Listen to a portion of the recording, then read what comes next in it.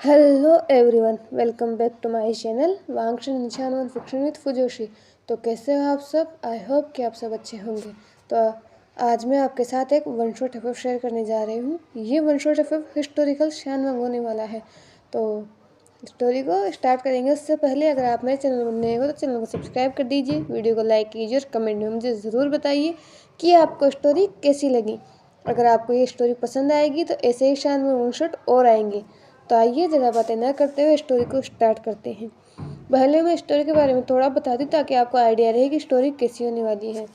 तो story line कुछ ऐसी होगी कि वी एम्परर वी जो कि पहले से ही एंगेज्ड हैं, उनकी लाइफ में कुछ ऐसा होगा कि वो उस पर्सन से शादी नहीं करेंगे जिससे वो एंगेज्ड है, बल्कि वो एक ऐसे पर्सन से शादी कर लेंगे जिनको उन्होंने एक बार देखा तक नहीं है, ना ही वो पर्सन एम्परर वी को जानता है। तो आई होप कि आपको स्टोरी लाइन समझ में आ गई होगी। तो आइए स्टोरी को स्टार्ट करते हैं। यीलिंग का वी सेक्ट जो कल्टीवेशन वर्ल्ड का सबसे पावरफुल सेक्ट है, और इस सेक्ट का पावरफुल होने का रीज़न है इनके दो पावरफुल एम्परर, अभी के एम्परर और फॉर्मर एम्परर वी चांगसे और चांगसे सेरन। चांगसे सेरन एक ओमेगा है और वी चांगसे एक अल्फा। दोनों ही बहुत पावरफुल कल्टीवेटर हैं। वी चांगसे इतने पावरफुल है कि उन्होंने आज तक इन 5 क्लेन्स को जोड़ कर रखा है जो कि यीलिंग वी सेक्ट के अंडर आते हैं। वही चांगसे सेरन और वी चांगसे के 2 अल्फा बेटे हैं। उनका सबसे बड़ा अल्फा बेटा है विभूषण जो कि अभी का एम्परर है, और वो भी बहुत ज़्यादा पावरफुल है। एम्परर विभूषण एक डोमिनेटिंग अल्फा है, 25 ईयर ओल्ड। ये मैन इतना पावरफुल है कि कितना भी पावरफुल कल्टीवेटर हो, आज तक विभूषण किसी से भी नहीं हारा है। आज तक विभूषण एक युद्ध नहीं हारा है। इसलिए सभी लोग जितनी रिस्पेक्ट विभूषण की करते हैं उतना ही उससे प्यार भी करते हैं, क्योंकि वो सभी लोगों को खुश रखता है। यीलिंग वी सेक्ट के अंदर 5 सेक्ट आते हैं, 5 मेजर सेक्ट। सबसे पहले जिनलिनताय का जिन सेक्ट, सेकंड नंबर पर आता है चिंघे का नी सेक्ट, एंड थर्ड नंबर पर आता है चिशन का वेन सेक्ट। फोर्थ नंबर पर आता है युनबक का जियांग सेक्ट, और सबसे लास्ट आता है गुसु का लेन सेक्ट। गुसु ये सभी सेक्ट यीलिंग वी सेक्ट के अंडर आते हैं, और इन सब पर रूल करता है एम्परर विभूषण। वैसे तो एम्परर विभूषण बहुत ज़्यादा कोल्ड है, लेकिन अपनी फैमिली से वो बहुत ज़्यादा प्यार करता है। बचपन से ही उसे अपनी माँ, बाबा और ग्रैंड माँ का गाइडेंस मिला है, जिसकी वजह से वो किसी भी तरह की पॉलिटिक्स में, कल्टीवेशन में, हर चीज़ में बहुत अच्छा है। उसके पास 2 गोल्डन कोर हैं, एक प्योर एनर्जी के लिए, सेकंड ब्लैक एनर्जी के लिए। बहुत छोटी एज से ही विभूषण ने अपनी इस ब्लैक एनर्जी की कोर को कंट्रोल करना स्टार्ट कर दिया था, क्योंकि प्योर एनर्जी को कल्टीवेट करना आसान होता है, लेकिन जो ब्लैक एनर्जी होती है उसे कल्टीवेट करना आसान नहीं होता। उसे आपको कंट्रोल रखना पड़ता है। अगर आपको कंट्रोल लूज हुआ तो ब्लैक एनर्जी आपका हुक्म मानने के बजाय आपको कंट्रोल कर सकती है। इसीलिए विंग ब्लैक एनर्जी को लेकर हमेशा सतर्क रहता है। वो बिना किसी मतलब के इस ब्लैक एनर्जी को यूज़ नहीं करता है। एम्परर वी 25 साल के हो चुके हैं और इनकी इंगेजमेंट तय है। इनकी इंगेजमेंट जिन सेक्ट की छोटी राजकुमारी जिन यांगजी के साथ तय है, और ये कपल पूरे कल्टीवेशन वर्ल्ड का एक आदर्श कपल है। सभी लोग इन दोनों को पसंद करते हैं। इन दोनों की इंगेजमेंट को लगभग 5 साल हो गए हैं। इन दोनों की इंगेजमेंट तब हुई थी जब एम्परर वी को, विभूषण को, इस पूरे सेक्ट का एम्परर बनाया गया था। अब इन दोनों का अंदर का रिश्ता क्या है ये किसी को नहीं पता, लेकिन सामने सब लोगों को यही लगता है कि ये दोनों एक हैप्पी कपल हैं, और सभी लोग इन दोनों की कस्में खाया करते हैं। इन दोनों से परफेक्ट कपल अभी तक कल्टीवेशन वर्ल्ड में नहीं हुआ है। ये दोनों एक दूसरे को समझते हैं, यही चीज़ सभी लोग अभी तक जानते हैं, और सब किसी को कोई प्रॉब्लम भी नहीं है, क्योंकि यांगजी एक ब्यूटीफुल एंड स्ट्रॉन्ग ओमेगा है। वो पॉलिटिक्स में बहुत अच्छी हैं, इसीलिए चांगसे सेरन और वी चांगसे को यांगजी बहुत पसंद है। वही विंग जो यांगजी को बचपन से ही जानता है। जब उसके पेरेंट्स ने उससे शादी करने के लिए कही तो विंग की लाइफ में कोई और नहीं था, इसीलिए उसने यांगजी को चांस दिया, और वो दोनों बचपन से ही साथ हैं, तो उनका रिश्ता बहुत अच्छा है। विंग भी यांगजी की केयर करता है, वो दोनों एक दूसरे को समझते हैं। यही इसी चीज़ को लेकर उन दोनों में एक अच्छी अंडरस्टैंडिंग है। वहीं जब विभूषण 21 ईयर का हुआ तो उसे एम्परर बनना था। उससे पहले ही वी चांगसी और चांगसी सेरन ने यांगजी से कहा था कि उसे विंग से शादी कर लेनी चाहिए, लेकिन उस टाइम यांगजी ने मना कर दिया। उसने कहा कि उसे अभी तक और ज़्यादा कल्टीवेशन करनी है, वो इतनी जल्दी शादी नहीं करनी चाहती। और पता नहीं फिर विंग को क्या हुआ, जब वो एम्परर बना तो उन दोनों की शादी उसी दिन फिक्स की गई थी, लेकिन विंग ने इस शादी से मना कर दिया और उसने कहा कि वो अभी एंगेजमेंट करना चाहता है, क्योंकि उसका ये रीज़न था कि वो नहीं चाहता था कि अभी वो किसी लव अफेयर में पड़े। वो अभी अभी एम्परर बना है तो उसे अपनी प्रजा का ध्यान रखना है, उसे अपने दिमाग को एक जगह लगाकर हर काम को, हर इम्पीरियल वर्क को पूरा करना होगा। इसीलिए अब रीज़न ये था या कुछ और, ये बात किसी को नहीं पता। बस सबको ये पता है कि ये लोग एक परफेक्ट कपल हैं, एक ऐसे कपल हैं जो सभी बनना चाहता है। कल्टीवेशन वर्ल्ड में सभी जो न्यू कपल हैं, जो न्यू कल्टीवेटर्स हैं, जो टीनेज कल्टीवेटर्स हैं, वो इन दोनों को शिप करते हैं। सभी लोग इस कपल को बहुत पसंद करते हैं और यांगजी को ऑलरेडी सब लोग एम्प्रेस मानते हैं। भले ही यांगजी की शादी नहीं हुई हो, लेकिन वो आधी बार ही एम्परर वी के साथ उनके सेक्ट में रहती है, उससे एम्परियल वर्क में उसकी मदद करती हैं और इससे विंग को भी कोई परेशानी नहीं है, क्योंकि ऑफ कोर्स यांगजी के साथ उसकी एंगेजमेंट हो चुकी है। यांगजी उसकी ओमेगा है, उसकी इम्प्रेस बनने वाली है, तो यांगजी को इस चीज़ का ध्यान रहना चाहिए। और विंग तो खुश है कि यांगजी खुद से इस वर्क को करना चाहती है, ताकि फ्यूचर में विंग को ज़्यादा उसे कुछ सिखाना ना पड़े। और अभी हर कल्टीवेशन वर्क का हर सेक्ट अपने अपना काम कर रहा था। अभी कल्टीवेशन वर्क में शांति थी, ज़्यादा कुछ डिस्टर्बिंग कोई कुछ नहीं था। वहीं एम्परर वी के रूम से कुछ आवाज़ें सुनाई दे रही थी, गहरी सांसों की आवाज़ें, किसी के मौन करने की आवाज़ें और किसी के ग्रोन करने की आवाज़ें। हमें उस रूम में दो फिगर दिखाई दे रहे थे जो कि बैठे हुए थे। ऐसे तो पर एल्फा बैठा हुआ था और ओमेगा उसकी गोद में थी। उस ओमेगा के जो पैर थे वो उस एल्फा के वेस्ट के अराउंड लोग थे और वो दोनों एक दूसरे को किस कर रहे थे। एल्फा ओमेगा के नेक को सक कर रहा था, बाइट कर रहा था, जिससे ओमेगा शेमलेसली बस मौन किए जा रही थी। ये दोनों और कोई नहीं बल्कि एम्परर विभूषण और उनकी होने वाली एम्प्रेस यांगजी थे, जो कि एक दूसरे के रोमांस में बस खोए हुए थे। यांगजी के जो रोब्स थे वो उसकी शोल्डर्स से नीचे जाए हुए थे, जिससे उसकी कॉलर बोन जहाँ पर मार्क किया जाता है वो एक्सपोज थी और एम्परर भी उसे बस किस किए जा रहे थे। यांगजी के हाथ वुशियान के बालों में थे। वो दोनों अपना क्वालिटी टाइम स्पेंड कर ही रहे थे, तभी एम्परर वी के डोर पर नॉक हुआ और बाहर से एक आवाज़ आई। एम्परर वी ने जैसे ये आवाज़ सुनी वो रुक गया, क्योंकि वो जानता है कि आवाज़ किसकी है। ये आवाज़ उसके सेनापति शुयंग की है और वो जानता है कि जब तक कोई इम्पोर्टेंट बात नहीं होती तब तक शुयंग उसे डिस्टर्ब नहीं करता, क्योंकि शुयंग जानता है ये उसका प्राइवेट टाइम है। इसीलिए विंग ने यांगजी को एक तरफ बैठाया और वो खड़ा हो गया। उसने यांगजी की तरफ देखा, जैसे वो आंखों से उसे कह रहा हो, और यांगजी भी समझ गई। उसने अपने रोब्स को ठीक किया, विंग ने भी अपने रोब्स को ठीक किया, अपने बालों को ठीक किया और फिर उसने गेट को ओपन किया। उसने शुयंग की तरफ देखा और कहा, क्या हुआ है शुयंग?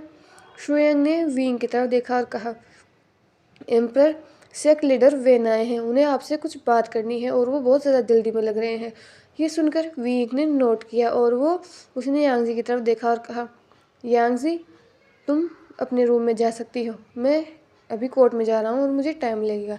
ये सुनकर यांगजी ने बस नोट किया। उसके बाद विंग वहाँ कोर्ट में जा चुका था। वो अपने थ्रोन पर बैठा हुआ था और सामने वेनरुहान खड़ा हुआ था।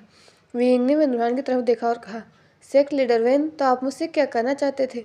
ये सुनकर वेनरुहान ने कहा, एम्परर वी, मुझे नहीं पता कि हमारे सेक्ट में क्या हो रहा है, लेकिन बहुत सारे लोग पपेट्स बन रहे हैं।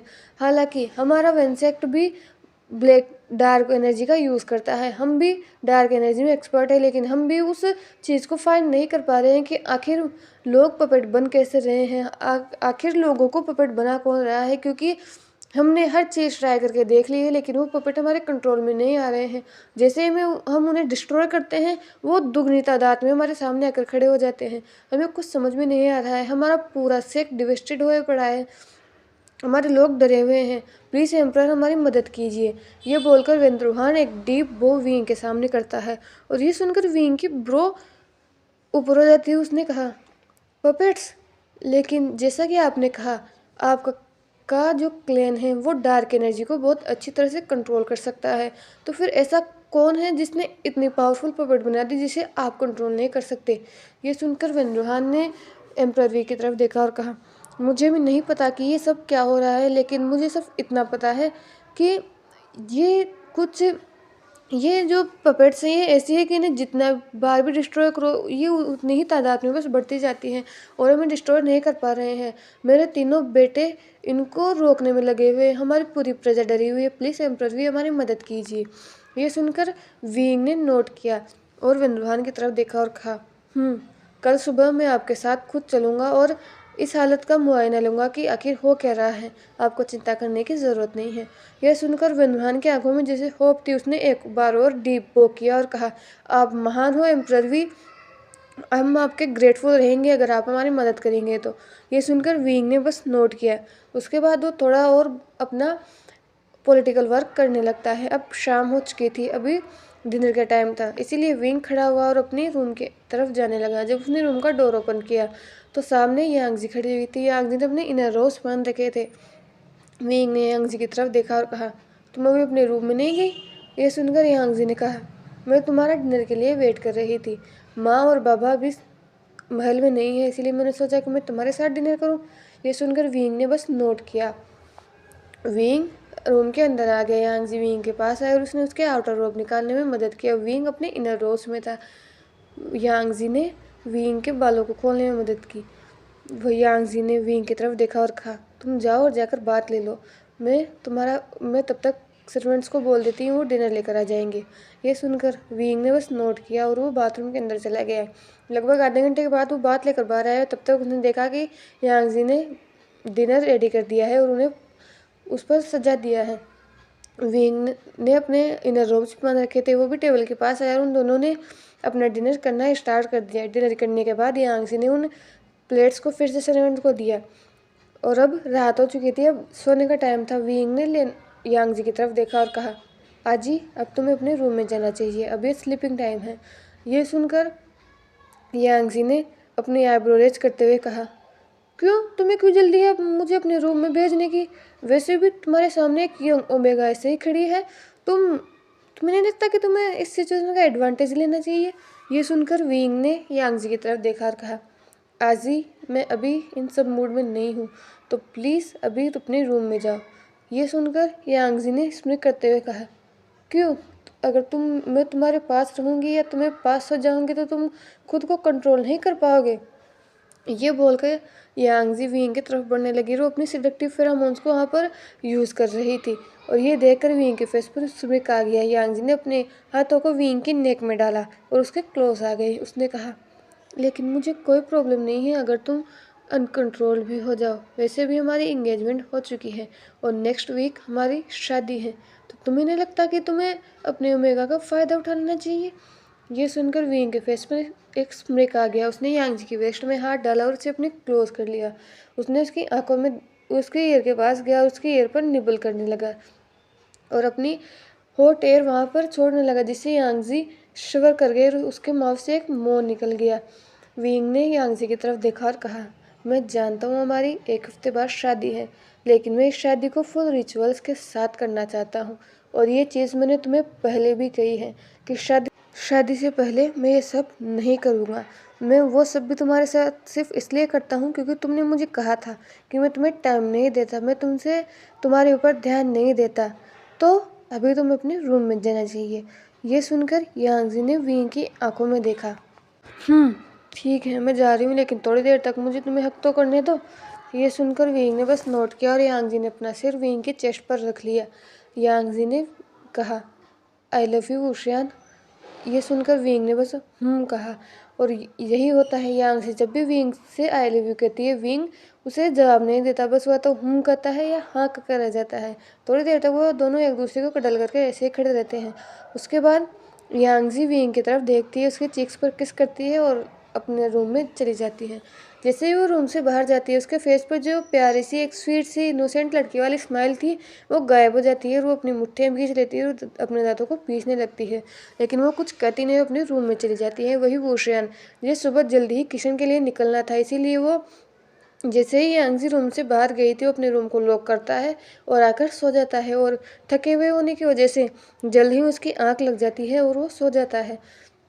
नेक्स्ट मॉर्निंग हो चुकी थी। विंग ने अपने माँ और बाबा से विदा ली और वो वेनरूहान के साथ वेनक्लेन चला गया था। जैसे ही वो वेनक्लेन गया, वहाँ की हालत देखकर वो एक पल के लिए शॉक हो गया, क्योंकि चारों तरफ बस खून ही खून था और पपेट्स नॉर्मल लोगों को मार रहे थे, और जिन लोगों को पपेट्स मार रहे थे वो लोग खुद भी पपेट बन रहे थे और वो आम लोगों पर हमला कर रहे थे। यही देखकर विंग शौक था। जैसे ही वो गया, उसने वहाँ पर रेस्क्यू का काम स्टार्ट कर दिया। उसके साथ ही वो उन पपेट्स को भी मार रहा था, और लास्टली जब विंग जो जिस मेथड का यूज़ कर रहा था उससे वो पपेट मर रहे थे, और विंग को लग रहा था कि उसका जो मेथड है वो काम कर रहा है।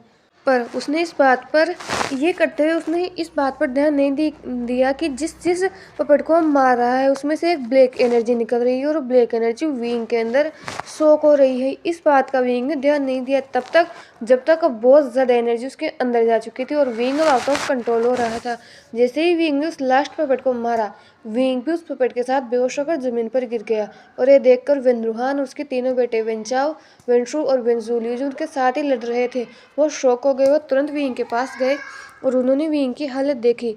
विंग का पूरा फेस पेल हो चुका था, उसकी लिप्स सफ़ेद पड़े हुए थे। उन लोगों ने तुरंत विंग को उठाया और वो उन्हें अपने महल में ले गए, जहाँ पर कल्टीवेशन वर्ल्ड की सबसे बेस्ट हीलर वेनचिंग, जो कि एक ओमेगा है, वो वेनरूहान की इकलौती ओमेगा बेटी है, वो वहाँ थी। उसने विंग को चेक किया, उसने विंग को ट्रीट किया, और लगभग 1 से 2 घंटे तक ट्रीट करने के बाद उसने वेनरूहान की तरफ देखा और कहा, बाबा वैसे तो एम्प्रर भी ठीक है, लेकिन ये सुनकर वेनरूहान ने कहा, लेकिन क्या वेनचिंग?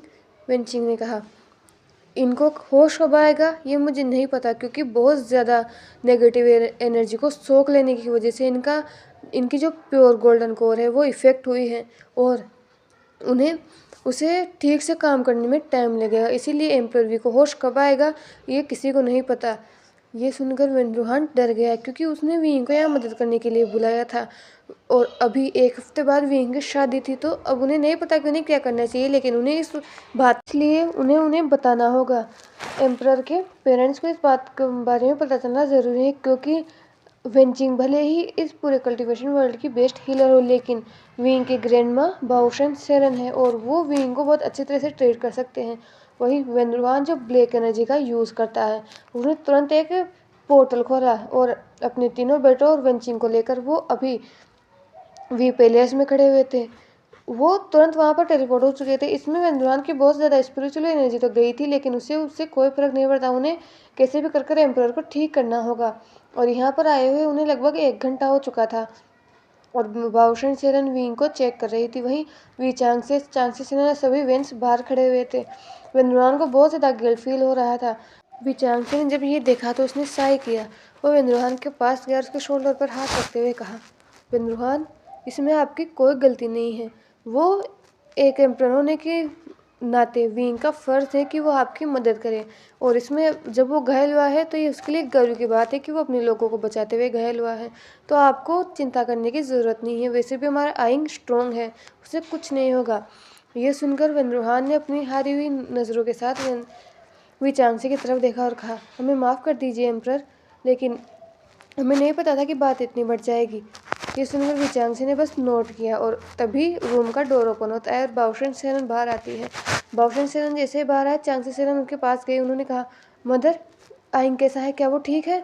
यह सुनकर बाओशन सेरन ने चांगसे सेरन की तरफ देखा और कहा, वो ठीक है, लेकिन जैसा कि हीलर वेन ने कहा, उन्हें होश आने में टाइम लगेगा, और कब होश आएगा ये हमें नहीं पता।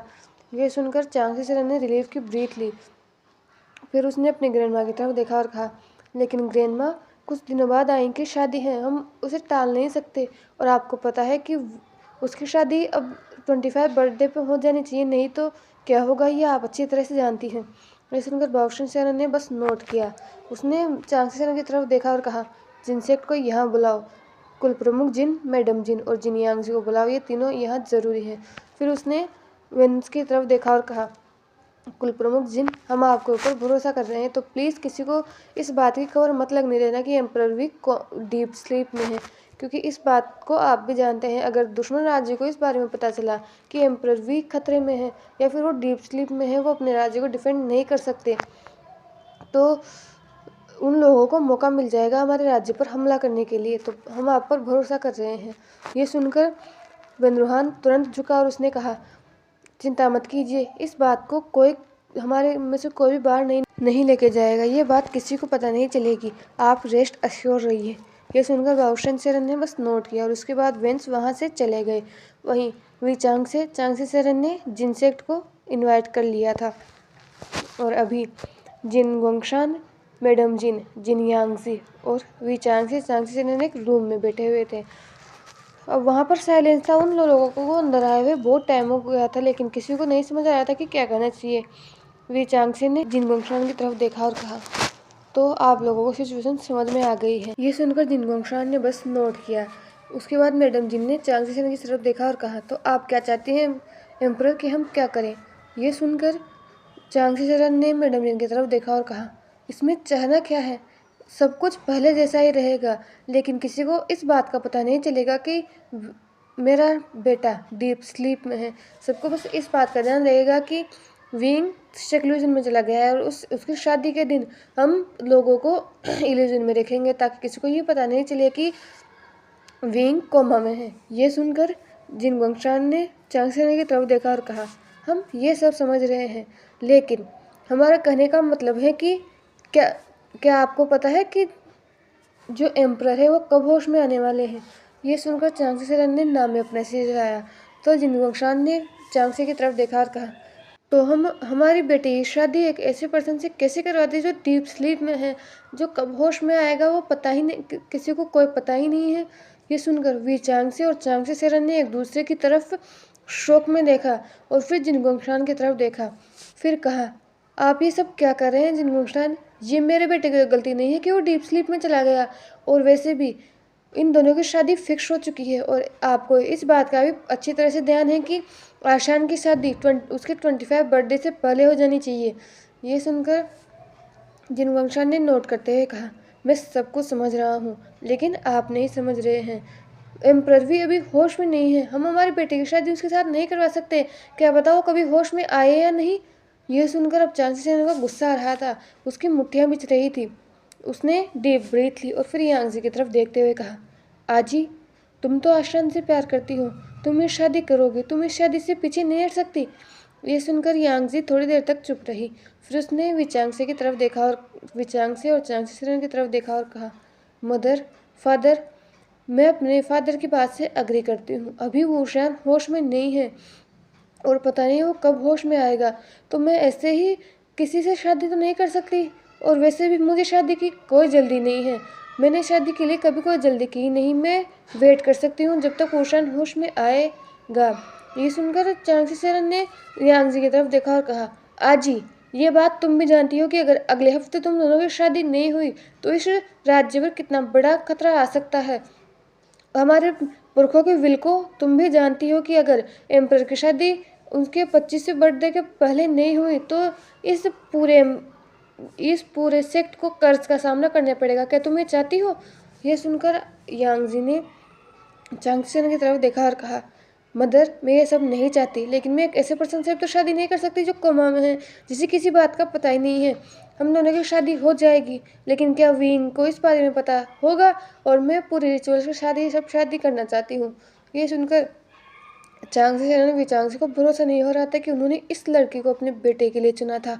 उन्हें लगा था कि यांगजी एक समझदार लड़की है, लेकिन यहाँ तो जब विंग को सबसे ज़्यादा इसकी ज़रूरत है तभी यह बेवकूफ़ हो रही है।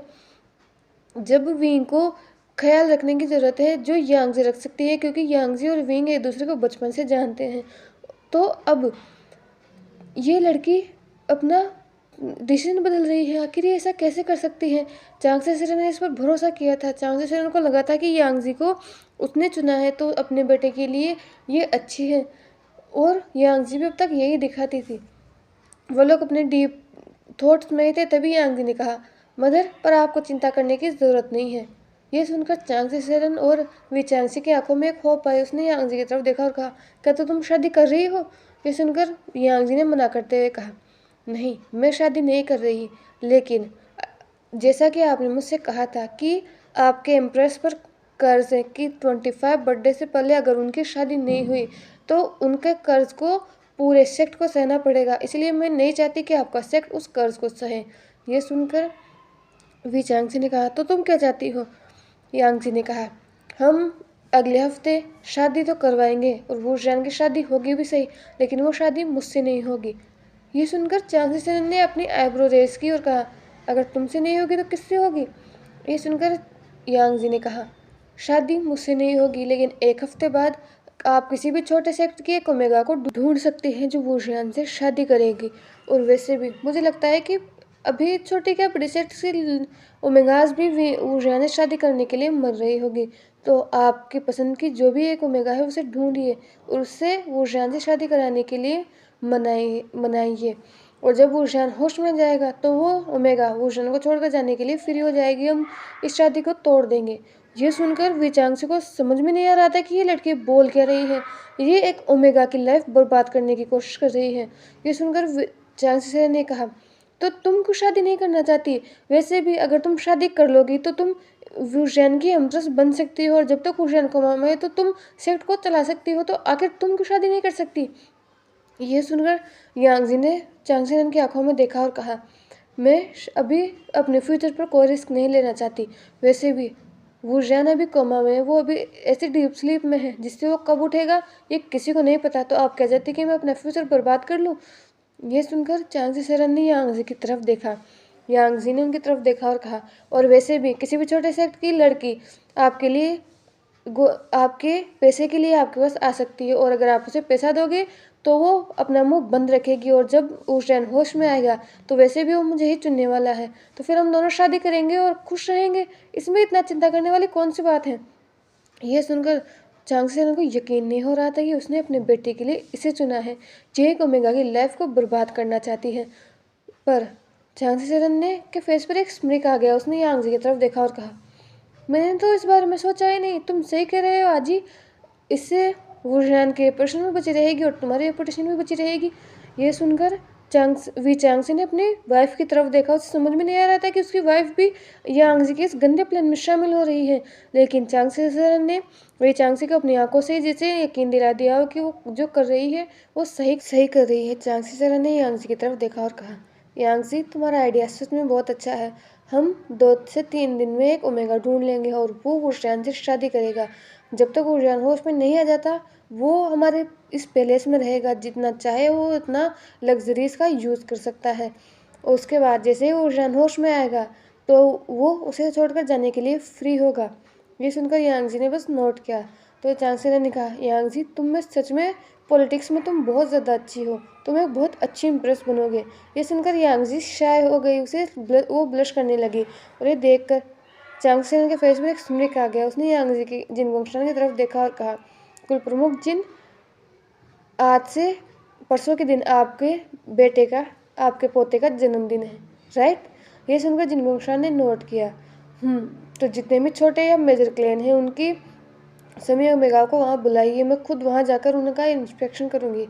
ये सुनकर जिनगोंगशान ने बस नोट किया और यांगजी ने चांगसेन ने यांगजी की तरफ देखा और कहा, आज जी अब तुम्हें भी अपने पेरेंट्स के साथ जाना चाहिए। वैसे भी एक हफ्ते 2 दिन बाद तुम्हारे नेफ्यू का बर्थडे है, तो मुझे नहीं लगता कि तुम्हें उसे मिस करना चाहोगी। ये सुनकर यांगजी ने नोट करते हुए कहा, हाँ मदर, मैं भी अपने पेरेंट्स के साथ जा रही हूँ। ये सुनकर चांगसेन ने बस नोट किया और उसके बाद वो तीनों जिन वहाँ से उठकर जा चुके थे। जैसे ही वो गए वी चांगसी ने चांगसेन की तरफ डिस्प्ले में देखा और कहा, चांगसे तुम्हारे दिमाग में क्या चल रहा है? क्या तुम भी यांगजी के उस स्टूपिड प्लान में शामिल हो रहे हो? मुझे तुम पर यकीन नहीं है। वो बोल कह रही थी वो किसी ओमेगा की लाइफ बर्बाद करने के लिए कह रही थी, और हमारे आश्रम का क्या? तुम्हें लगता है वो एक ऐसे भी रेंडमली ओमेगा को पसंद कर लेगा, उसे अपना हस्बैंड मान लेगा, और फिर जब वो होश में आएगा तो तुम्हें लगता है वो उसे अपनी ज़िंदगी से निकाल पाएगा? ये बात तुम भी अच्छी तरह से जानते हो कि आशान कितना धार्मिक पर्सन है। अगर उसके कंधों पर किसी की जिम्मेदारी आ जाएगी तो वो अपने मरते दम तक उसे निभाएगा, भले ही वो चाहता हो या ना चाहता हो। यह सुनकर चांगसेन ने अपने हस्बैंड की तरफ देखा और कहा, हस्बैंड अल्फा मेरी बात सुनो। ये सुनकर वी चांगसे थोड़ा शांत हुए। उन्होंने चांगसेन की तरफ देखा। चांगसेन ने कहा, यांगजी और जिन समझते हैं कि उन्होंने हमें ट्रिक किया है, लेकिन ऐसा नहीं है। हाँ, मैं अपने आशान के लिए ओमेगा ढूँढूँगी, लेकिन अब की बार ओमेगा ढूँढने में मैं कोई भी गलती नहीं करने वाली, जैसे गलती मैंने पिछली बार की थी। अब की बार मैं ऐसा ओमेगा ढूँढूँगी जो सिर्फ़ मेरे आशियान के इस वेल्थ के पीछे ना हो, जो मेरे आशियान के साथ कदम से कदम मिलाकर चल सके, जो मेरे आशियान को सही रास्ते पर चलने के लिए गाइड कर सके, जो इस पाँचों सेक्ट के ऊपर राज कर सके मेरे आशियान के साथ। और मुझे जहाँ तक लगता है यांगज़ी वो नहीं है। यांगज़ी का दिमाग भले ही पॉलिटिक्स में बहुत तेज़ हो, लेकिन उसने कभी भी आशियान की फीलिंग्स को कंसिडर नहीं किया। और ये बात तुम भी जानते हो चांग से, कि आशियान को चीटर या बिट्रेल उसके साथ करते हैं उन लोगों से कितनी ज़्यादा नफरत है। ये सुनकर चांगसी ने अपनी वाइफ की तरफ देखा और नोट किया। चांगसी ने कहा, तो तुम्हें क्या लगता है, जब उसे ये पता चलेगा कि जब वी को सबसे ज़्यादा यांगजी की ज़रूरत थी तो वो उसे छोड़कर चली गई, तो तुम्हें क्या लगता है, क्या वो उस उसे एक्सेप्ट करेगा? बिल्कुल नहीं। वो भले ही उस ओमेगा के साथ रहेगा जो जिसने इस मुश्किल समय में उसका साथ निभाया है। वो यांग्स के पीछे फिर से कभी नहीं जाएगा, और मैं यही चाहती हूँ, क्योंकि आज मैंने यांग्स के ट्रू कलर देख लिए हैं। और जहाँ तक मुझे लगता है वो सिर्फ इस एम्प्रेस की पोस्ट के पीछे थी, उसने कभी आशियान से प्यार किया ही नहीं।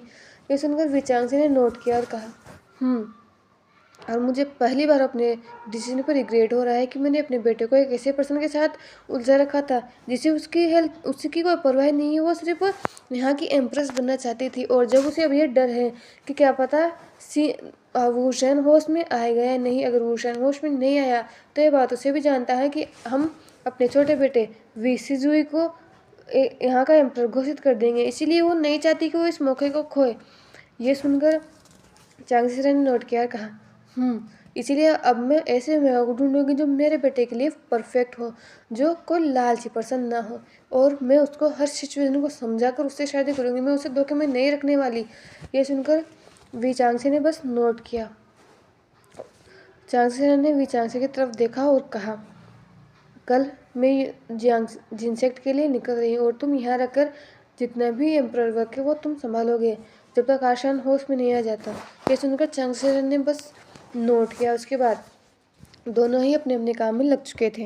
वहीं दूसरी तरफ पहाड़ों के गोद में बसा एक छोटा सा सेक्ट गुसू का लेन सेक्ट, जो कि एक छोटा सा सेक्ट है बाकी के जितने भी सेक्ट है उनके मुकाबले में।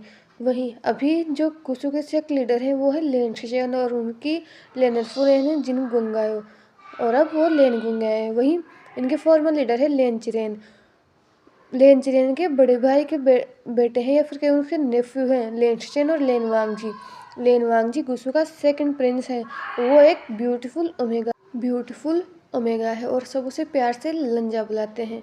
लेकिन प्यार क्या इसकी जगह उसकी लाइफ में है? क्या किसी ने आज तक उससे प्यार किया है? अगर ये सवाल कोई लेन वांगजी से पूछे तो उसके जवाब सिर्फ ना में आएगा, क्योंकि आज तक उसके पेरेंट्स के जाने के बाद किसी ने उससे प्यार नहीं किया। उसका भाई कभी कभी उसके लिए अफेक्शन दिखाता है, लेकिन जब से उसके भाई की लाइफ में उसका ओमेगा आया है तब से उसके भाई ने उसके लिए वो थोड़ा सा अफेक्शन दिखाना भी बंद कर दिया है। उसे नहीं पता कि उसने क्या किया है कि उसके अंकल उससे नफरत करते हैं, उसके अंकल उसे पसंद नहीं करते। बाकी सेक्स में उसने देखा है, हालांकि वो अपने गुस्ल एंड सेक्स से बाहर जाता नहीं, उसे जाने ही नहीं दिया जाता। जब भी वो जाने की कोशिश करता है, नाइट हंट पर भी जाने की कोशिश करता है, सब लोग उसे बस ये कहते हैं कि वो एक ओमेगा है, उसे अपने लिमिट्स में रहना चाहिए। लेकिन वांग जी ने जैसे कि बाहर के सेक्ट के बारे में सुना है, उसने सुना है कि दूसरे सेक्टों में ओमेगाओं की रेस्पेक्ट की जाती है, उन्हें भी हर चीज़ करने के लिए दी जाती है जो एक अल्फा करता है। और सेक्ट में कभी भी ओमेगा और अल्फा के बीच में फ़र्क नहीं किया जाता, लेकिन यहाँ उसके अंकल ओमेगा और अल्फा में फ़र्क करते हैं। उसे नहीं पता कि उसने ऐसा क्या किया है जो उसके अंकल उसके साथ ऐसा बिहेव करते हैं। लेकिन बचपन से ही उसे अपने स्टडीज़ के लिए भी स्ट्रगल करना पड़ा था, अपनी मैरिटल आर्ट्स के लिए भी उसने स्ट्रगल किया था, और तब जाकर आज वो एक ऐसा पर्सन है जो खुद के लिए लड़ सकता है, खुद को प्रोटेक्ट कर सकता है। उसे खुद को प्रोटेक्ट करने के लिए किसी की ज़रूरत नहीं है। लेकिन क्या प्रोटेक्शन ज़रूरी होता है? वांग जी को प्यार चाहिए था, लेकिन किसी ने उसे प्यार नहीं दिया। सब लोग उसे अनवांटेड फील करवाते थे, जैसे वो इस सेक्ट का है ही नहीं। और वांग जी को एक ऐसी जगह पर रखा जाता था जो उस सेक्ट से बहुत दूर थी, और वांग जी को रोज़ उस सेक्ट में चलकर जाना पड़ता था और वापस आना पड़ता था। वांग जी को डिफ़िकल्टी होती थी, लेकिन वो ये सब बेयर कर रहा था क्योंकि उसे खुद को प्रूव करना था। वो नहीं दिखा सकता कि वो ओमेगा है तो वो वीक है। और वांग जी का इन सब में बस एक ही दोस्त था, लेन जिंगई, जो वांग जी के साथ बचपन से ही था। लेन जिंगी और वांग जी का तो कोई ब्लड रिलेटेड रिश्ता नहीं है, लेकिन उनका रिश्ता खून के रिश्ते भी बहुत ज़्यादा है। लेन जिंगई वांग जी को अपना बड़ा भाई मानता है और वही वांग जी भी लेन जिंगी को अपना छोटे भाई की तरह देखता है। और एक वही पर्सन है जो वांग जी को समझता है, जो वांग जी की केयर करता है, वही वांग जी भी जिंगी की केयर करता है। अभी वांग जी अपने रूम में था और वो सोने के लिए प्रिपरेशन कर रहा था, तभी उसके डोर पर नॉक हुआ और ये देखकर उसने डोर को ओपन किया तो वहाँ पर एक डिसिपल खड़ा हुआ था। वो एक बीटा डिसिपल था। उस डिसिपल ने वांग जी की तरफ देखा और कहा, उसने वांग जी को रोप्स दिए। कहा, सेक्ट लीडर लेन ने आपको इस रोप्स को पहनने के लिए कहा है। उन्होंने कहा है कि कल वो लोग जिन लड़ाई के लिए निकल रहे हैं तो आपको इन रोप्स को पहनना है और उनके साथ चलना है। यह सुनकर वांग जी कन्फ्यूज़ हो गया, क्योंकि आज से पहले उसके भाई ने कभी उन्हें बाहर नहीं लेकर गया, तो आज ऐसा क्या स्पेशल है कि वांग जी को लेनशियन बाहर लेकर जा रहा था। ये बात वांग जी को समझ में नहीं आई, इसीलिए वो कन्फ्यूज़ था। लेकिन उसने उन रोप्स को लिया और वो अंदर चला गया। वो बहुत सोच रहा था कि आखिर ऐसा क्या हुआ है कि उसके ब्रदर उसे बाहर ले जा रहे हैं। कहीं उसके ब्रदर उसकी शादी नहीं करवाना चाहते। और यही इसी सोच से वांग जी डरता है। वो अभी शादी नहीं करना चाहता, पर क्या वो कुछ कर सकता है? कुछ नहीं। वहीं दूसरी तरफ जिनलिनताई में अब समारोह की शुरुआत हो चुकी थी। अलग अलग सेक्ट से लोग आ रहे थे वहाँ पर। जिन्स ने अपनी वेल्थ को दिखाने के लिए बहुत ही ब्यूटीफुली डेकोरेट किया गया था। हर चीज़ ऐसा लग रहा था जैसे सोने की थी और हर चीज़ ब्यूटीफुली डेकोरेटेड थी। वो हॉल बहुत ब्यूटीफुल लग रहा हो भी क्यों ना, आखिर जिनगोंगशान के क्राउन प्रिंस जिनजिशान के बेटे का बर्थडे था, तो जिनगोंगशान अपने पोते के लिए इतना तो करेगा। जिनगोंगशान डोर पर खड़ा हुआ था और जितने भी सेक्ट लीडर आ रहे थे उनका वेलकम कर रहा था। सबसे पहले आने वाला सेक्ट वेन सेक्ट था, उसके बाद नी सेक्ट और उसके बाद आया Jiang sect. Jiang Yanli Jiang sect की बड़ी राजकुमारी है, उसी की शादी जिनजुशान से हुई है और उसी ने जिनलिंग को बर्थ दिया है। इसीलिए जियांग सेक्ट बहुत सारे गिफ्ट्स लेकर आया था और ये देखकर जिनगोंगशान के फेस पर एक स्माइल आ गई। वही उसके बाद आया था लेनसेक्ट। वैसे तो लेनसेक्ट में जिन गुंग्यायो, जो कि जिन वंशान का छोटा बेटा है, वो उसकी शादी जिन लेनसेक्ट में हुई है। इसीलिए जिन वंशान लेनसेक्ट को लेकर थोड़ा ज़्यादा सेंसिटिव रहता है या फिर ज़्यादा केयरफुल रहता है, ताकि वो लेंस को ऑफेंड ना कर दे। वैसे तो वो जानता है कि लेन ज़्यादा बड़ा सेक्ट नहीं है, अगर वो ऑफेंड भी कर देगा तो उसे ज़्यादा कोई फ़र्क नहीं पड़ने वाला। वो लेनसेक्ट को ऐसे ही हरा सकता है, लेकिन वो ऑफेंड नहीं करना चाहता, क्योंकि जिन गंगायो ऐसा नहीं चाहता। जिन गंगायो उन दोनों के रिश्तों को बनाकर रखना चाहता है। वैसे लेनचेन और जिन गंगायो आगे थे, वही लेन वांगजी और जिंगई पीछे थे। लेन वांगजी के फेस पर एक वेल था और वैसे ही जिन लेन जिंगई के फेस पर वेल था। ये गुस्सू का रिचुअल है, या फिर कहे कि वांगजी अपने फेस को नहीं दिखाना चाहता, वही वो लेन जिंगे के फेस को भी नहीं दिखाना चाहता। वैसे तो ये रिचुअल है कि लेनसेक्ट के ओमेगा जो जिसकी शादी नहीं हुई है, जो अनमेटेड है, वो अपने फेस को दूसरे अल्फाओं को नहीं दिखाते।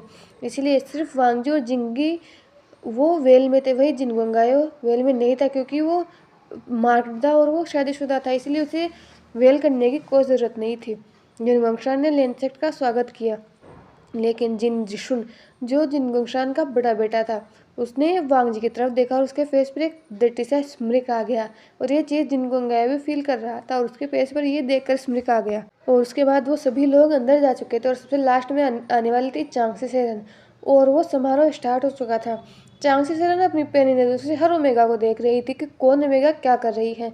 वैसे तो ज़्यादा ओमेगा है बस अपने सेक्ट की तारीफ़ कर रही थी, खुद की तारीफ़ कर रही थी, अपने मेकअप की तारीफ़ कर रही थी, कोई अपने रोब्स की तारीफ़ कर रही थी। और चांगसेन को ये देखते देखते चांगसेन के सिर में अब दर्द होने लगा था, क्योंकि सभी ओमेगास वैसी ही थी जैसी उसे नहीं चाहिए थी। ये सभी लोगों को बस अपनी लग्जरीज दिखानी थी। ये सभी ओमेगास खुद को ब्यूटीफुल समझती है अपने फेस पर इतना सारा मेकअप लगाकर। ये चीज़ चांगसेन को बिल्कुल पसंद नहीं। वो अपनी नज़र को घुमा रही थी, तभी उसकी नज़र एक ओमेगा पर जाकर रुक गई, जिसके फेस पर वेल था और वो सबसे अलग बैठा हुआ था। वो किसी से बात नहीं कर रहा था और ना ही वो किसी उससे शो ऑफ कर रहा था। वो बस शांति से अपनी जगह पर बैठा हुआ था और उसके पास एक छोटा ओमेगा और बैठा हुआ था। और पता नहीं क्यों पर इस पर्सन ने चांगसेन की आंखों को पकड़ लिया था और वो अब इस पर्सन से अपनी नज़रें हटा नहीं पा रही थी। वो बहुत देर तक उसे देखती रही और फिर वो ओमेगा खड़ा हुआ और वहाँ से बाहर जाने लगा। चांगसेन भी उसे फॉलो करना चाहती थी क्योंकि पता नहीं क्यों, और उस ओमेगा में चांगसेन को बहुत ज़्यादा इंटरेस्ट आ रहा था, इसीलिए वो उसके पीछे जाना चाहती थी। लेकिन तभी यांगजी उसके पास आ गई। उसने कहा, मदर, आपको वहाँ चलना चाहिए, बाबा आपको बुला रहे हैं। ये सुनकर चांगसेन ने यांगजी की तरफ देखा और कहा, आज ही मुझे थोड़ा सा काम है, मैं अभी आती हूँ। पर यांगजी ने चांगसेन का हाथ पकड़ा और उसे वहाँ से ले गई। लगभग 15 मिनट तक जिनगोंगशान से बात करने के बाद अब फाइनली चांगसेन फ्री थी, और जब वो बाहर वापस हॉल में आए तो उसने देखा कि वो ओमेगा वहाँ पर नहीं था। और ये देखकर वो थोड़ा सा वरीड हो गई। उसने अपने पर्सनल सर्वेंट की तरफ देखा और कहा, क्या तुमने अभी किसी को वाइट रॉब्स में बाहर जाते हुए देखा? ये सुनकर उस पर्सनल सर्वेंट ने नाम अपने से आते हुए कहा, मैंने तो नहीं देखा। पर चांगसेन को याद था कि वांग जी किस तरफ गया है, इसलिए वो उसी तरफ जाने लगा और चलते चलते वो एक जगह रुक गया जब उसे किसी के आर्ग्यू करने की आवाज़ सुनाई दी, जैसे दो लोग लड़ रहे थे। ये सुनकर चांगसेन रुक गई और उसने सामने देखा जहाँ पर जिन जिशुन, जो कि जिनगोंगशान का बेटा था, और वही ओमेगा जिसके फेस पर वेल था, वो दोनों खड़े हुए थे और उन्हें देखकर ऐसा लग रहा था जिससे वो किसी बात को लेकर आर्ग्यू कर रहे हो। वी चांगसे ने सब देख ही रही थी। तभी उस अल्फा ने उस ओमेगा के उस वेल को हटाने की कोशिश की, लेकिन अगले ही पल उस ओमेगा ने उसके हाथ को पकड़ा और उसके कमर के पीछे ट्विस्ट कर दिया और एक लात उसके पिछवाड़े में मारी, जिससे वो अल्फा उसके मुंह के बल जाकर ज़मीन पर गिरा। और ये देखकर चांगसेन शॉक हो गई, क्योंकि अब तक उसने जितने भी ओमेगाओं को देखा है वो बस खुद को प्रोटेक्ट करने के लिए उन्हें कोई दूसरा चाहिए होता है, या तो वो उनका अल्फा होता है या फिर उनका कोई अल्फा ब्रदर होता है। लेकिन यहाँ पर ये इंसान खुद को अकेला प्रोटेक्ट कर रहा है। चांगसेन खुद एक स्ट्रॉन्ग ओमेगा है और वो अपने बेटे के लिए भी अपने जैसे एक स्ट्रॉन्ग ओमेगा चाहती है, इसलिए उसने यांगजी को पसंद किया था, क्योंकि यांगजी सिर्फ ब्यूटीफुली नहीं बल्कि एक स्ट्रॉन्ग ओमेगा है। उसकी पॉलिटिक्स बहुत अच्छी है, इसी वजह से यांगजी को उसने पसंद किया था। लेकिन उसका ये डिसीजन गलत हो चुका है, इसीलिए वो अपना डिसीजन गलत नहीं करना चाहती थी। लेकिन जब उसने वांग जी को देखा तो उसे जैसे अपने डिसीजन पर और ज़्यादा प्राउड होने लगा। वो अपने डिसीजन को लेकर और ज़्यादा पक्की होने लगी कि हाँ, ये ओमेगा उसके बेटे के लिए सही रहेगा। लेकिन तभी कदमों की आवाज़ सुनाई देने लगी, सिर्फ 2 कदमों की नहीं, जैसे 2-3 लोग साथ में चल कर आ रहे थे। और चांगसेन ने देखा कि लेनशेन और जिनगोंगायो वहाँ पर खड़े हुए थे। जिनगोंगायो जैसे अपने ब्रदर को देखा कि वो ज़मीन पर धूल चाट रहा है, वो तुरंत उसके पास गया और उसे उठाते हुए कहा, जिशुन, तुम्हारी हालत ये किसने की? ये सुनकर जिशुन खड़ा हुआ। उसने अपने रोब्स को साफ किया और घूर कर सामने वाले पर्सन को देखते हुए कहा, जो कि और कोई नहीं बल्कि लेनवांग ही था। उसने गुंगायो की तरफ देखा और कहा, गुंगायो, सेकंड प्रिंस लेन मुझसे कुछ बात करना चाहते थे और मुझे भी लगा कि ये एक ओमेगा है तो यहाँ उन्हें कोई प्रॉब्लम हो रही है तो मैं उनकी प्रॉब्लम सॉल्व कर दूँ, उनकी मदद कर दूँ। पर ये मुझे इस कॉर्नर में लेकर आए, मुझे एप्रोप्रिएटली टच कर रहे थे। ये सुनकर जिनगंगाए सबसे पहले तो चांगसेन की आंखें बड़ी हो गई। वहीं उसके पीछे जो सर्वेंट खड़ा था उसे भी शौक लगा, क्योंकि अभी भी साफ साफ दिख रहा था कि ये पर्सन इस ओमेगा को बुली करने की कोशिश कर रहा था और अभी ये सारा इल्ज़ाम इस पर्सन पर डाल रहा है। वही जिनगोंगायो ने वांगजी की तरफ देखा और कहा, सेकंड प्रिंस, आपकी हिम्मत कैसे हुई ये सब करने की? क्या आपको शर्म नहीं आई? आप गुसुल इंसेक्ट से हो और आपको ये संस्कार तो नहीं दिए जाते? ये सुनकर वांगजी ने कहा, लेनर फुरेन, मैंने ऐसा कुछ नहीं किया। आपको दोनों तरफ की बात सुने बिना किसी पर इल्ज़ाम नहीं लगाना चाहिए। यह सुनकर मेंग्याओ चुप हो गया और उसने अपनी पिटीफुल आई से लेनशेन की तरफ देखा। और लेनशेन ने जब जिनगंगायो की इन आवाज़ को सुना और उन आंखों को देखा तो उसने वांगजी की तरफ देखा और कहा, वांगजी, ये क्या तरीका है अपने शावजी से बात करने का? यह सुनकर वांगजी ने लेनशेन की तरफ देखा और कहा, और वो जिस तरीके से मुझसे बात कर रही थी उसका क्या शाहजहां? यह सुनकर लेनशेन चुप हो गए। फिर जिनजिशुन ने कहा, कुल प्रमुख लेन, मैं सच कह रहा हूँ। सेकंड प्रिंस लेन मुझे यहाँ लेकर आए थे और वो मुझे टच करने की कोशिश कर रहे थे और मुझे ये कह रहे थे कि किसी को कुछ पता नहीं चलेगा। ये सुनकर लेनशेन ने जिनजिशुन की तरफ देखा, तभी लेनशेन आया और उसने लेनवांग जी की तरफ देखते हुए कहा, लेनवांग जी, ये सब क्या है? क्या हम तुम्हें इसलिए यहाँ लेकर आए थे? ये सुनकर लेन वांगजी ने अपने अंकल की तरफ देखा, लेकिन उसने अपने अंकल के सामने कुछ कहा नहीं, क्योंकि उसे पता है कि अपने अंकल के सामने बोलना और भेज के आगे बीन बजाना है। उसके अंकल उस पर कभी भरोसा नहीं करते और वो कभी करेंगे भी नहीं, इसलिए वांगजी ने कुछ नहीं कहा और उसकी मुट्ठियाँ भिज गई, उसकी आंखों में आंसू आ गए। ये सब उस पर झूठा इल्ज़ाम लगा रहे हैं और यहाँ तक कि उसकी फैमिली उस पर भरोसा नहीं करती और उसके भाई ने ये तक जानने की कोशिश नहीं की कि आखिर सही क्या है, गलत क्या है, आखिर यहाँ हुआ क्या है। वो सिर्फ अपने ओमेगा की बातों को सुनकर उसके ऊपर चिल्ला रहे थे। तभी वहाँ पर क्लैपिंग की आवाज़ सुनाई देती है और चांग सेरन अपने ही अंदाज में वहाँ पर ताली बजाती हुई अंदर आ रही थी। उसने उन सब की तरफ एक नज़र घुमाई, फिर वांगजी की तरफ देखा, फिर उसने लैनचेन की तरफ देखा और कहा, कुल प्रमुख लेन, मैंने तो सुना था कि आप लोगों के साथ न्याय करते हो, लेकिन मैंने तो देख लिया कि आप तो अपनी फैमिली के साथ न्याय नहीं कर सकते। ये सुनकर लैनचेन ने चांग सेरन की तरफ देखा और पहले उन्हें बोक करते हुए कहा, लेनर वीफ्रेन, आप कहना क्या चाहती हैं? ये सुनकर चांग सेरन ने कहा, आपने सिर्फ अपने ओमेगा और उसके भाई की बात सुनी, आपने अपने भाई की बात तो सुनी ही नहीं, तो आप ऐसे कैसे फैसला कर सकते हैं कि ये इसमें गलती सिर्फ जिन वांगजी की है, जिन जिशुन की नहीं। ये सुनकर लेनचेन चुप हो गए। फिर उसने जिन जिशुन की तरफ देखा और कहा, जिन जिशुन, तुम्हारा ईगो तो हर्ट हुआ होगा एक ओमेगा से लात खाकर। ये सुनकर जिन जिशुन के भी मुट्ठियाँ भिज गई और उसका मुंह बंद हो गया। वो चाहता तो जवाब दे सकता था, लेकिन वो नहीं कर सकता था, क्योंकि वो जानता है कि वीफुरेन का बेटा को, उन्हें अगर व्यूशेन को पता चला कि उसने उसकी माँ की इंसल्ट की है तो उसका हालत क्या हो सकती है। और वो जैन से वो पहले भी टकरा चुका है और अब वो खुद को रिस्क में नहीं डालना चाहता, इसलिए उसने कुछ नहीं कहा। उसने लेनचेन की तरफ देखा और कहा, चिरेन, तुम बिल्कुल नहीं बदले, तुम्हारा टेम्पर अभी भी वैसा का वैसा ही है, तुम अभी भी किसी की बात सुनते नहीं हो और बस कंक्लूजन पर कूद जाते हो। ये सुनकर चिरेन ने भी चांगसे सेरन की तरफ देखा। उसे चांगसे सेरन बिल्कुल पसंद नहीं थी, जैसा कि उसे वांगजी पसंद नहीं है, या फिर कहें कि लेनचेन को ऐसे मेगास पसंद नहीं है जो खुद को प्रूव करने की कोशिश करते हैं, जो खुद को सुपीरियर समझते हैं, जो समझते हैं कि वो कुछ भी कर सकते हैं, वो एक अल्फा की बराबरी कर सकते हैं। और चांग से सेरन भी एक ऐसे ही फियर्स ओमेगा थी। चांग से सेरन और लेनचेन एक साथ पढ़े हुए हैं और लेनचेन चांग से सेरन को जानते थे। लेन चांग से सेरन हर चीज़ में लेनचेन से अच्छी थी, वो ज्ञान में हो, एजुकेशन में हो या फिर फाइटिंग में हो, वो हर चीज़ में लेनचेन से अच्छी थी। इसीलिए लेनचेन को चांग से सेरन बिल्कुल पसंद नहीं थी। और जब वो अब इनके बीच में अपनी बात कर रही है तो भी उसे नहीं पसंद, लेकिन वो कुछ नहीं कर सकता, क्योंकि चांग सेरन का ओहदा लेनचेन से बहुत ज़्यादा है और लेनचेन का सेक्ट एक बहुत छोटा सा सेक्ट है। इसलिए उसने चांग सेरन की तरफ सिर्फ बो किया और कहा, हमें माफ़ कर दीजिए वीफ्रेन, आगे से हम लोग ध्यान रखेंगे। ये सुनकर चांग सेरन ने बस नोट किया और फिर उसने वांगजी की तरफ देखा और कहा, लिटिल ओमेगा, गुड जॉब, तुमने बहुत अच्छा किया, ऐसे अल्फाओं के साथ यही होना चाहिए।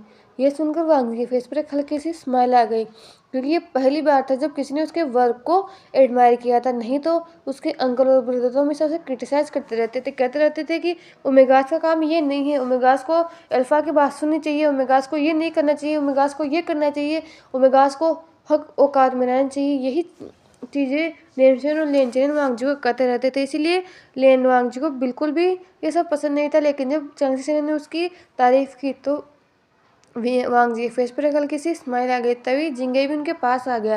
उसके बाद सभी लोग अपने रिस्पेक्टिव रूम्स में जा चुके थे, लेकिन तभी चांग सेरन ने लेनचेन की तरफ देखा और कहा, लेनचेन, मुझे तुमसे बात करनी है।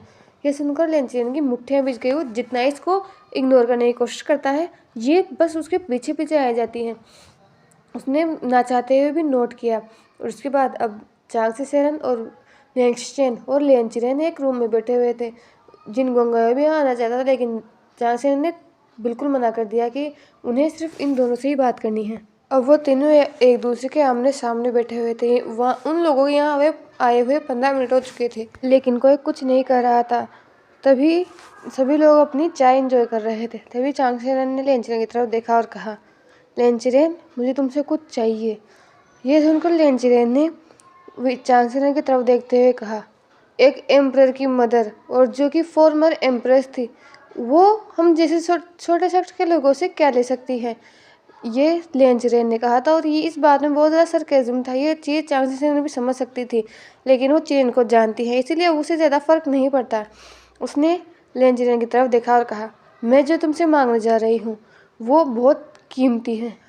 और मुझे वो किसी भी हालत में चाहिए और तुम मना नहीं करोगे। उसके बदले में मैं तुम्हें कुछ भी दे सकती हूँ। ये सुनकर लेंचरेनी भी अब सीरियस हो गया था। उसने कहा, आखिर तुम्हें चाहिए क्या? ये सुनकर चांगसेरा ने लेंचरेन की तरफ देखा और कहा, मुझे तुम्हारा छोटा नेफ्यू चाहिए। ये सुनकर लेंचरेन शॉक हो गया। उसने चांगसेरा की तरफ देखा और कहा, आप बोल क्या रही हो? आपको पता है? और आपको वांगजी क्यों चाहिए? ये सुनकर चांगसेरा ने लेंचरेन की तरफ देखा और कहा, मैं तुम्हारे छोटे ओमेगा नेफ्यू का हाथ अपने बेटे वूशान के लिए मांग रही हूँ। ये सुनकर लेंचरेन ने तुरंत कहा, ये नहीं हो सकता। आपके बेटे की एंगेजमेंट ऑलरेडी ही तय है और 2 दिन बाद उसकी शादी है, तो आप मेरे भाई का हाथ कैसे मांग सकती हो?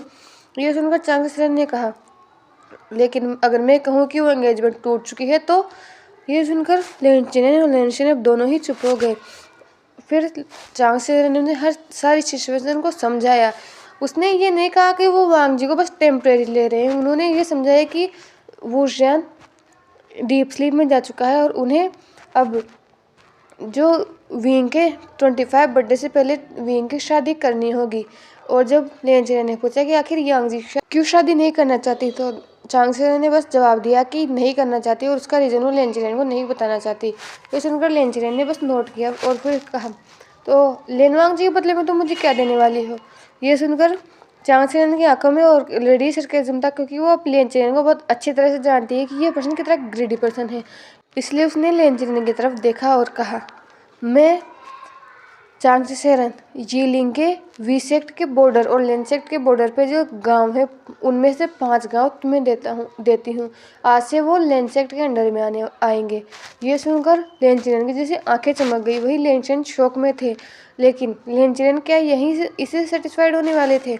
उसने चांगसेरा की तरफ देखा और कहा, जहाँ तक मुझे लगता है अगर यांगजी ने एम्परर वी को रिजेक्ट किया है तो इसका कारण बहुत बड़ा होगा, और अगर तुम मेरे नेफ्यू को चुन रही हो तो इसका कारण भी बहुत बड़ा होगा।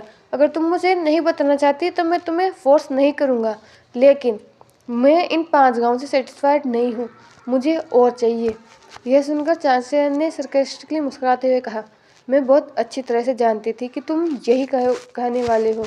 इसीलिए वेन सेक्ट की सीमा और यीलिंग की वी सेक्ट की सीमा पर जो 5 गांव हैं वो भी तुम्हारे। अब तुम्हारे 10 गांव लेन सेक्ट के अंडर आएंगे। बस मुझे वांगजी चाहिए। ये सुनकर लेंचरेन ने नोट करते हुए कहा, मुझे कोई प्रॉब्लम नहीं है। वैसे भी उसकी शादी की उम्र हो चुकी है और एक न एक दिन उससे शादी करवानी ही है, तो एम्परर वी से ही क्यों नहीं सही। ये सुनकर चांगसेरा ने बस नोट किया और उसके बाद लेंचरेन और लेंचरेन वहाँ से उठकर जा चुके थे। जैसे ही लेंचरेन बाहर आया तुरंत मेंग्याओ उसे एक कॉर्नर में ले गया और जो कुछ भी है उसने पूछा। वहीं लेंचरेन ने जैसे ही जिनगुआंग को बताया, पहले तो शौक था क्योंकि यांगजी उसकी बहन थी, तो उसने रिजेक्ट कर दिया। ये बात किसी ने अभी तक जिनगुआंग को नहीं बताई थी। लेकिन जब उसे रीज़न पता चला कि आखिर वांगजी को वी सेक्ट में क्यों ले जाया जा रहा है, वांगजी को एक ऐसी ब्राइड की तरह ले जाया जा रहा है जिसे बस यूज़ करके फेंक दिया जाने वाला है। एम्परर वी के होस्ट में आने के बाद वांगजी को उस महल से निकाल दिया जाएगा। यही सोचकर जिनगुआंग बहुत खुश था। एक्चुअली जिनगुआंग लेनवांगजी से जलता है। भले ही जिनगुआंग के पास सब था, मेंग्याओ के पास बचपन से ही सब था, वो सब भी था जो वांगजी के पास नहीं था। मेंग्याओ बचपन से एक लग्जरीज लाइफ मेंग्याओ ने जी है। उसके बाद उसके पेरेंट्स थे, उसके सिबलिंग्स थे जिससे बहुत प्यार करते थे, लेकिन वांगजी के पास वो नहीं था। लेकिन वांगजी के पास जो था उसकी मेरिटल आर्ट, उसकी एजुकेशन, वो जिनगुआंग के पास थी ही नहीं। इसीलिए वो कितना ही बड़े सेक्ट से आया हो, कितना ही ब्यूटीफुल और ओमेगा हो, अगर किसी बात के लिए प्रेस किया जाता था वो लेनवांगजी किया जाता था। यहाँ तक कि उसके फादर भी उसे प्रेस करते थे कि लेनवांगजी की मेरिटल आर्ट के आगे कोई नहीं रुक सकता। इसीलिए मेंग्याओ हमेशा उसे जलता था। वांगजी हर काम में परफेक्ट था। सारे ओमेगाओं के काम से लेकर वो एक अल्फा के काम तक कर सकता था। वो स्वॉर्ड चला सकता था। वो एक हाई कल्टीवेटर था। वो अपनी कल्टीवेशन को कितनी भी ऊंची लेवल तक ले जा सकता था। यही चीज़ जिनगुआंग को परेशान करती थी और वो हर चीज़ में वांगजी छुटकारा पाना चाहता था। वो वांगजी को उस लेनसेक्ट से निकालना चाहता था ताकि फिर सिर्फ वो रहे लेनर फुरेन बनकर और जो वो कहे वही हो। इसीलिए जैसे वो लेनसेक्ट में गया उसने सबसे पहले लेंचरेन को अपनी तरफ करना स्टार्ट किया। लेंचरेन को अपने पास करना इतना आसान नहीं था, लेकिन उसने हार नहीं मानी और धीरे धीरे लेंचरेन उसके जाल में ऐसे फंसे कि वो उसके भाई पर विश्वास नहीं करते हैं। वांगजी कितना ही सही हो, वो उस पर विश्वास नहीं करते हैं। और जिनगंगायो जब उसका मन करता है, जब उसे लगता है कि उसे वांग जी को परेशान करना चाहिए, वो उसे परेशान करता रहता है।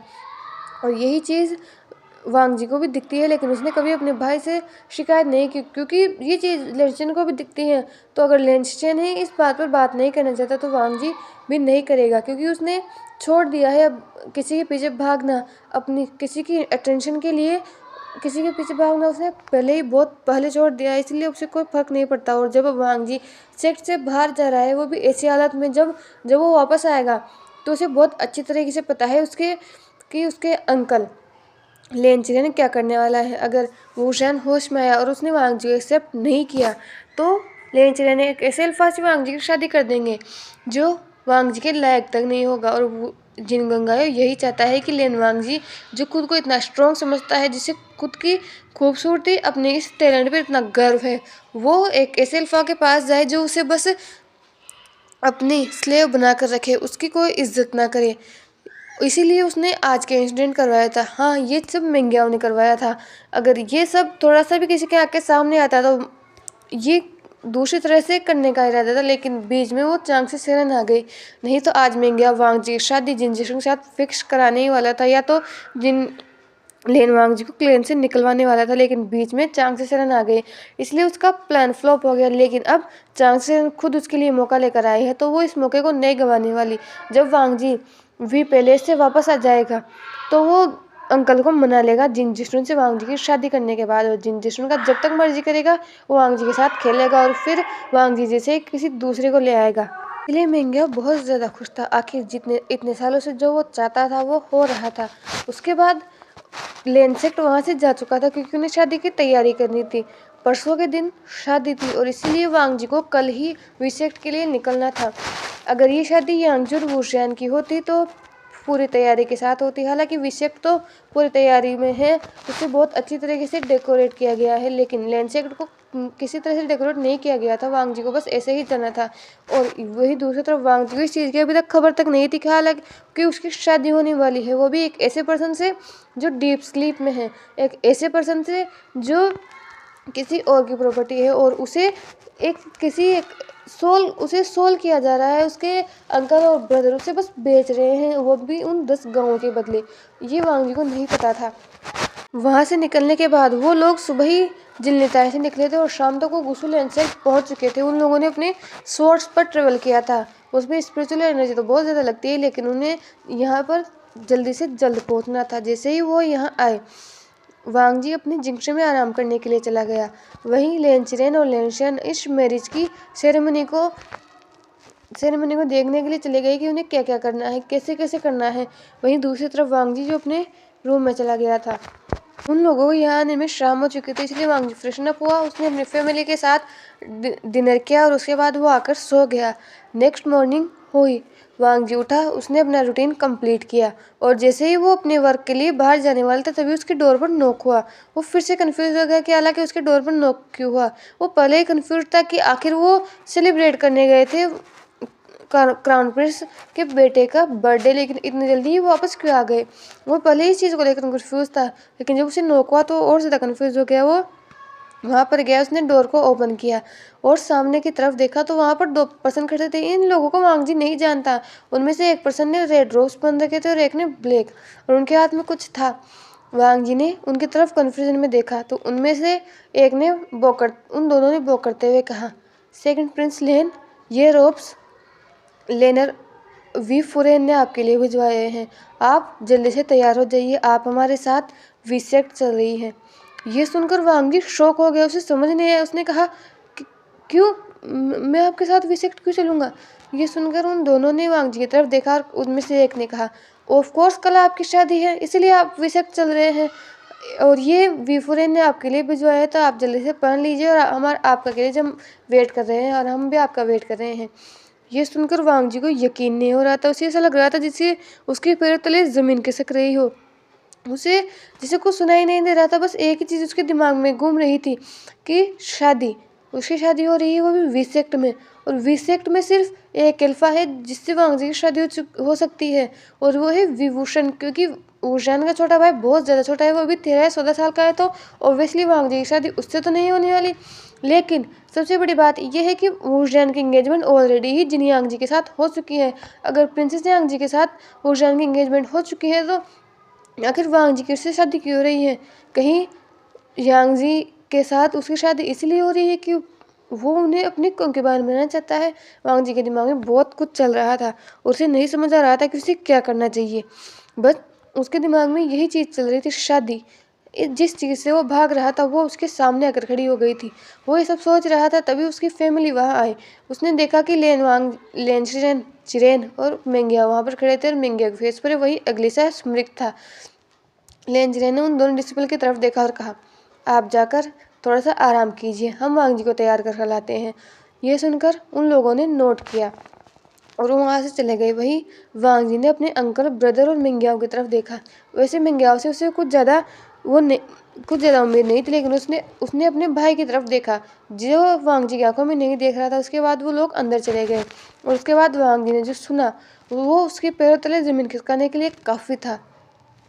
तो हे एवरीवन, तो ये था इस वन शॉट एफएफ का पहला पार्ट, और अगला आने वाला पार्ट लास्ट होगा। तो प्लीज़ कमेंट में बताना कि क्या आपको ये एफएफ पसंद आया, और अगर आपको एफएफ पसंद आया तो प्लीज़ अपने प्यारे प्यारे हाथों से अपने प्यारे प्यारे कमेंट ज़रूर कीजिएगा, और मुझे बताइएगा कि आपको एफएफ कैसा लगा, और आपको क्या लगता है क्या वो जैन वांग जी को एक्सेप्ट कर पाएगा, और वो जैन अपनी डीप स्लीप से कब उठेगा, और वांग जी को ऐसा क्या पता चला। वांग जी को आपको क्या लगता है कि वांग जी की रिस्पेक्ट वैसे ही होगी जैसे अभी यांग जी की होती है, और आखिर चांग से प्लान क्या करना चाहती है। तो आपके जो भी थॉट्स हैं प्लीज़ कमेंट में मेरे साथ शेयर करना, एंड अपने हेल्थ का ख्याल रखना, क्योंकि आजकल सर्दी बहुत पड़ रही है। हमारे प्लेस पे तो बहुत ज़्यादा सर्दी पड़ रही है। तो प्लीज़ अपने हेल्थ का ख्याल रखना, क्योंकि आप हमारे बटरफ्लाइज हो, और अगर आपके हेल्थ का ख्याल नहीं रखोगे तो ये अच्छा नहीं होगा। तो अपनी हेल्थ का ख्याल रखना, and thank you for watching.